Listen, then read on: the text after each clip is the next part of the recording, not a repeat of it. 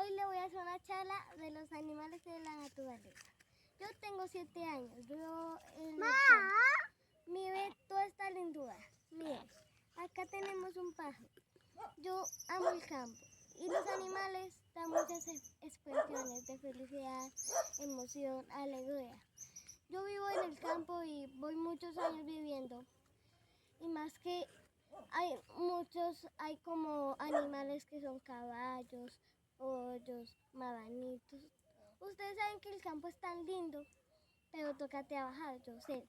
Pero uno toca esforzarse en lo uno. Y la naturaleza, como este lobito, miren el que está acá, yo lo tengo en mi cabeza. Y acá le demuestro una emoción. Mira, los animales son tan lindos que